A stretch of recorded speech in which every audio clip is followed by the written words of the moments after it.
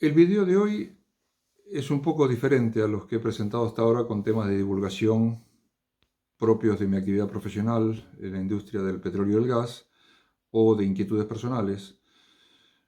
Este video tiene como objetivo plantear una idea o una inquietud para someterla justamente a un posible intercambio de opiniones que me ayuden a complementarla o desecharla con respecto al origen y comportamiento aparentemente anómalo del campo magnético terrestre. Desde que se descubrió que las agujas magnetizadas, que identificamos como brújulas en general, se orientan conforme al campo magnético, se buscó el origen del magnetismo terrestre. Inicialmente se asumió que había algún tipo de imán gigantesco en el centro de la Tierra que era el encargado de generar las líneas de fuerza que terminaban orientando las brújulas. Posteriormente, el modelo cambió, dado que es muy difícil justificar un imán permanente a las temperaturas enormes que hay en el centro de la Tierra, o en las profundidades de la Tierra, y se decidió por un modelo electrodinámico, al estilo de una especie de generador gigantesco, una dínamo ubicada no en el núcleo interno de la Tierra, sino en el núcleo externo, que incluye hierro en cantidad abundante y es fluido, de acuerdo a cómo se interpreta la transmisión de ondas sísmicas a través de ese manto o núcleo externo, y que sería el responsable de permitir circulación de corrientes que terminarían generando el campo magnético terrestre. O sea, de un imán permanente se pasó a una especie de electroimán alimentado por cargas que estarían circulando por el interior de la Tierra. Este modelo es aceptado en la actualidad y se lo estudia tanto experimentalmente como a través de modelos matemáticos como todas las áreas científicas. El tema del campo terrestre no es solamente su existencia, el campo magnético terrestre, no es solo su existencia, sino las que se califican de anomalías. Y hay tres o cuatro anomalías que son sorprendentes. La primera vez que uno las escucha llama la atención. La que más impacta, creo yo, es el hecho de que periódicamente los polos magnéticos invierten. Actualmente el polo sur magnético está en las cercanías del polo norte geográfico, pero eso no ha sido siempre así. O sea, con cierta periodicidad no sistemática,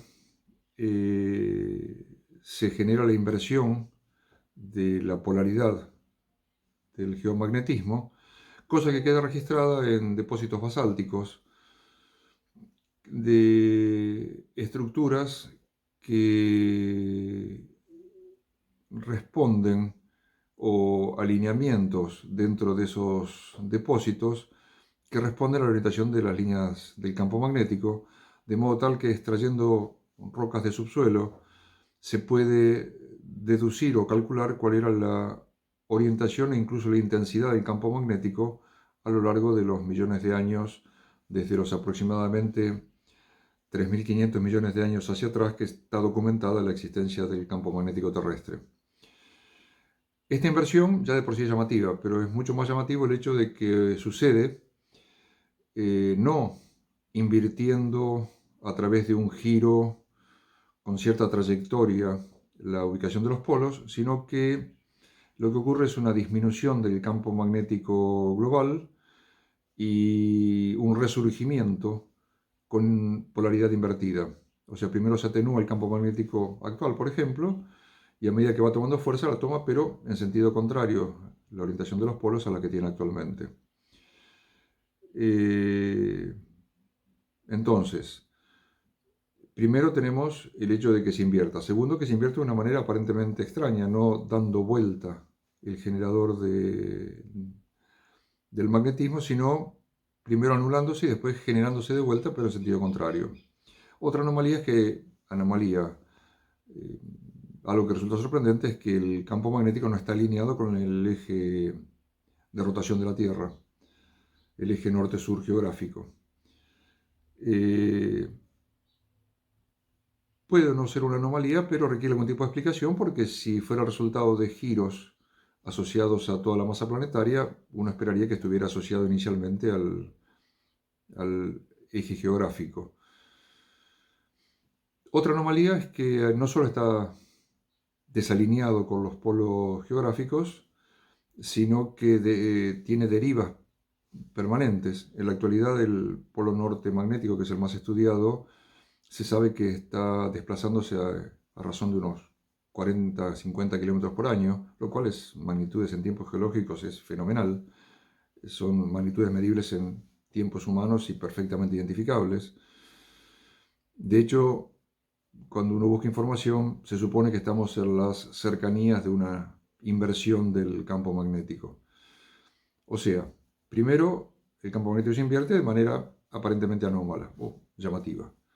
Segundo, no está alineado con el campo de la Tierra, con el eje de la Tierra. Tercero, está derivando permanentemente. Cuarto, los dos polos tienen derivas, pero no son simultáneas las del polo norte y polo sur, o sea, es como que no están alineados a lo largo de un eje fijo, un eje magnético de la Tierra. De hecho, cuando uno une con una línea el polo norte magnético y el polo sur magnético, esa línea no pasa por el centro de la Tierra, o sea, no hay una simetría entre el polo magnético norte y el polo magnético sur con respecto al esferoide que es la Tierra.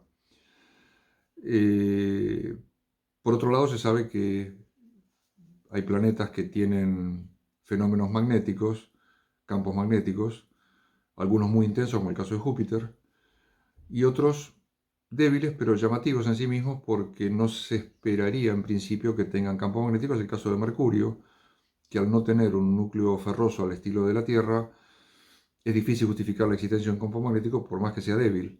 Lo mismo pasa con algunos planetas externos que tienen campo magnético y no es fácil identificar cuál sería la parte equivalente del núcleo planetario que genera las cargas eléctricas que a su vez daría lugar a cierta circulación y generación de los campos magnéticos. Todo esto es un combo complicado. Hay expertos a nivel mundial que se dedican a seguir las anomalías magnéticas y además a modelarlas, tanto en laboratorio como decía antes, con modelos matemáticos que tratan de explicar, por muchas razones, no es solo curioso el tema.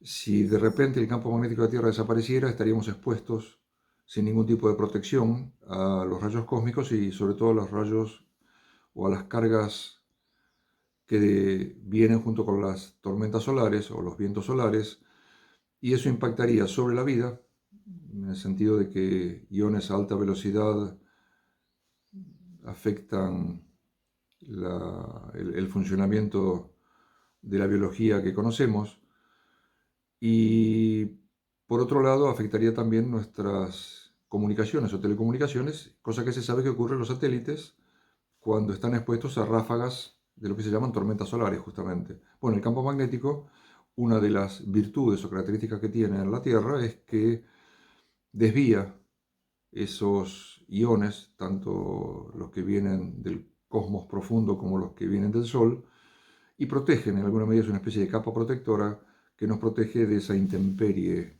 cósmica, por decirlo de alguna forma. Como decía, si el campo magnético de la Tierra desapareciera, de repente estaríamos expuestos a una lluvia de partículas elementales invisibles, pero en principio dañinas, tanto biológicamente como para los equipos electrónicos y las comunicaciones en general en la actualidad.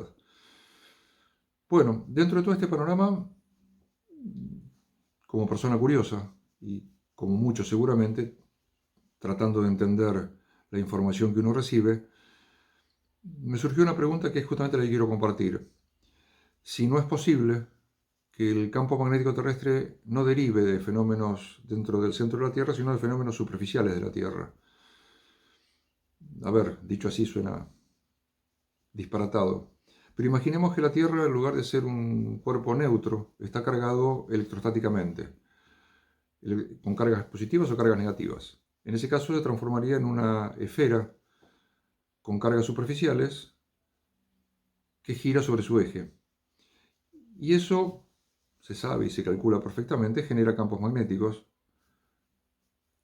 en función del eje de rotación, en principio, si la carga está distribuida uniformemente a lo largo de la superficie de la esfera.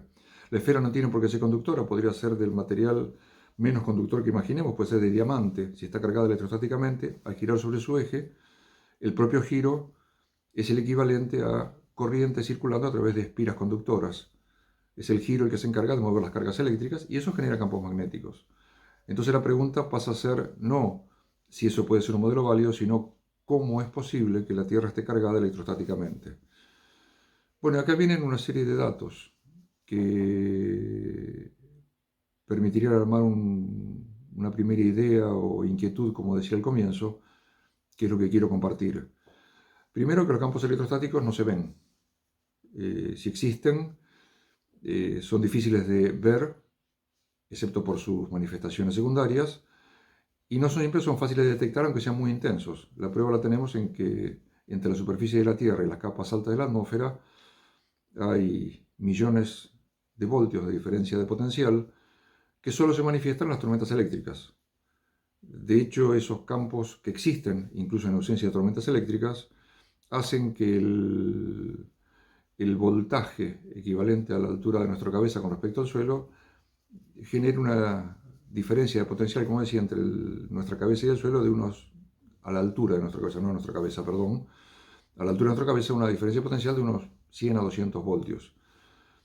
Como las líneas de campo electrostático responden a las masas que están en el medio, en todo nuestro cuerpo está básicamente al mismo potencial, pero en el entorno, y cuando uno calcula la diferencia de potencial de algunos millones de voltios entre la superficie, como decía, y las capas altas de la atmósfera a 10 kilómetros de altura, da ese gradiente de potencial.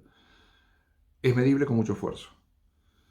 Sin embargo, no se observa en la vida cotidiana.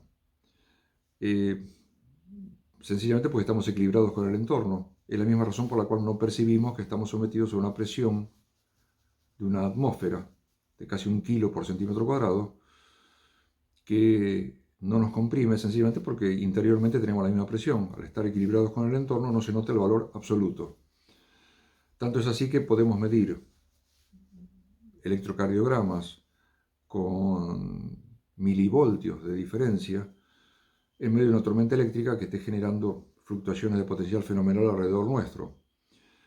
Lo que uno mide siempre son diferencias. Y si estamos equilibrados con el entorno no se nota la diferencia. Bien, eso en cuanto a la superficie de la Tierra, o a la Tierra en general. La pregunta es si la Tierra en sí misma puede tener una carga electrostática neta respecto a su entorno. Su entorno directo es lo que llamamos el sistema solar y en particular el Sol. Y esto nos lleva a ver si el Sol puede estar generando algún tipo de potencial electrostático. Y aquí hay un dato muy interesante. La corona solar, que es un fluido muy tenue que rodea al Sol más o menos en un espesor de cerca de 1 millón de kilómetros, que es visible solo en los eclipses solares, se le llama corona porque justamente se ve como una especie de halo alrededor del Sol, un halo brillante.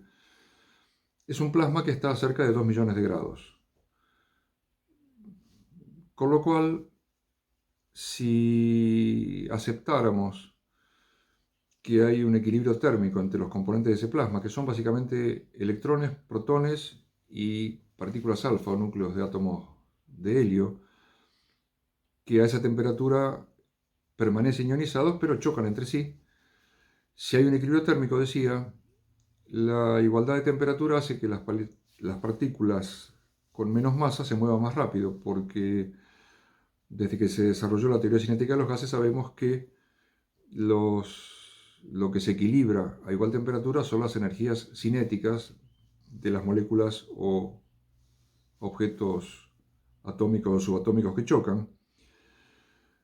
Y la energía cinética, para que sea igual, cuando la masa cambia, tiene que cambiar la velocidad del sistema, la velocidad de cada partícula. Y eso se torna dramático cuando uno compara, por ejemplo, un electrón con un protón. La diferencia de masa es mayor a 1800 veces, de modo tal que los electrones se mueven unas 40 veces más rápido que los protones cuando están en equilibrio térmico. Si a esto le sumamos que para escapar de la gravitación solar, un objeto que pretenda llegar al cosmos profundo escapando justamente del tirón gravitatorio del Sol requiere una velocidad de inicio, de despegue, por decirlo de alguna forma, de unos 600 kilómetros por segundo, se puede comparar esa velocidad con la velocidad que tienen tanto protones como electrones en la corona solar. Y cuando uno hace las cuentas, utilizando la distribución de velocidades de Maxwell-Boltzmann, que es la que describe o la que se desarrolló a través de la teoría cinética de los gases, si bien no aplica directamente al plasma, existen montones de sitios que dicen que, digamos, es una primera aproximación válida. Cuando uno hace las cuentas, decía, los electrones se estarían moviendo a cerca de 8000 kilómetros por segundo y los protones a unos 200 kilómetros por segundo, justamente unas 40 veces de diferencia asociada a su diferencia de masa. A modo de ejemplo, las moléculas del aire a temperatura ambiente, o sea, a unos 300 grados Kelvin, no a 2 millones de grados Kelvin, se está moviendo a medio kilómetro por segundo, unos 500 metros por segundo es la velocidad que se mueven las moléculas de oxígeno y de nitrógeno en la atmósfera individualmente. En el Sol, como decía, los electrones cerca de 8000 km por segundo y los protones 200. Cuando la comparábamos con la velocidad necesaria para alejarse del Sol definitivamente de 600 km por segundo, resulta ser que los electrones están en condiciones de hacerlo y los protones en principio no, excepto cuando cuando uno estudia la distribución, algunos protones posiblemente se estén moviendo a velocidad superior a 600, pero la gran mayoría y en promedio se está moviendo por debajo de eso. Los electrones ocurre al revés. Consecuencia, siguiendo este modelo, es razonable que los electrones se alejen definitivamente del Sol, generando una carga positiva central, pero el mismo proceso lleva a la consecuencia de que al formarse una carga central, comienza a generarse un potencial electrostático que retiene con más tenacidad a los electrones, de modo tal que los que quieran seguir alejándose tienen que luchar contra una atracción doble, gravitatoria y electrostática. Y la velocidad de escape, que inicialmente era de 600 km por segundo, va creciendo en la medida que va creciendo el potencial electrostático, hasta que en algún momento se escapan suficientes electrones para que los siguientes ya no puedan escaparse porque no logran huir del sistema. Pero en esas condiciones hay una carga central y una cáscara negativa. Yo creo que esta parte de la inquietud que estoy planteando creo que es casi obligatoria. De hecho, hay planteos a nivel galáctico en el mismo sentido. Con lo cual, perfectamente podría el Sol estar cargado positivamente y tener un entorno de cargas negativas. Si dentro de ese entorno de cargas negativas está la Tierra podría ser una esfera cargada negativamente, girando sobre su eje. Y eso genera un campo magnético. Pero no solo podría dar una explicación, por ahora es cualitativa, es sencillamente, justamente es una idea solamente, cualitativa de por qué existe el campo magnético terrestre sin recurrir al comportamiento del núcleo terrestre, sino que además podría explicar las anomalías del campo magnético. En primer lugar, una inversión de los campos magnéticos generados por cargas electrostáticas sería el resultado sencillamente de que al mantener la Tierra su sentido de giro, si cambia la carga neta de la superficie de la Tierra, si pasa de negativa a positiva, se invierte el campo magnético. Pero además se invierte con la característica que mencioné al comienzo. Primero se va atenuando mientras va perdiendo la carga negativa, y cuando se va regenerando el campo magnético, si la Tierra está adquiriendo carga positiva, por ejemplo, se va regenerando en sentido contrario. O sea, en ese caso no sería una incógnita por qué se invierte y cómo se invierte el campo magnético, sino sería parte de un cambio de carga superficial de la Tierra asociado a la actividad solar, que es la que origina en principio las cargas electrostáticas que mencioné derivadas de la actividad de la corona solar. Pero además podría explicar por qué el campo magnético no está alineado con el eje de la Tierra, porque al estar inclinado el eje de la Tierra respecto al Sol, las cargas se reciben en un plano que no es ninguno de los planos que cortan o que incluyen al eje de rotación de la Tierra, de modo tal que las cargas que se reciben del Sol tienen que redistribuirse sobre la superficie terrestre. Y esa redistribución seguramente lleva tiempo. Las tormentas son una muestra de que las cargas se mueven en la atmósfera a cierta velocidad, en el agua se mueven a diferente velocidad y en la Tierra seguramente se trasladan de forma muy diferente. Con lo cual podría explicar por qué el campo magnético no está alineado con la Tierra. Todo lo que haría falta es que la carga de la esfera, que yo dije inicialmente es una esfera con una carga homogénea, de repente podemos considerar que es una esfera con una carga inhomogénea. Eso daría lugar a un campo magnético orientado, bueno, dependiendo de cómo estén distribuidas las cargas. Pero además explicaría la última anomalía que yo mencioné. Como el hemisferio norte y el hemisferio sur son diferentes en cuanto a masas de agua y a comportamientos atmosféricos, ese reacomodamiento de cargas no tendría por qué ser el mismo en los dos hemisferios.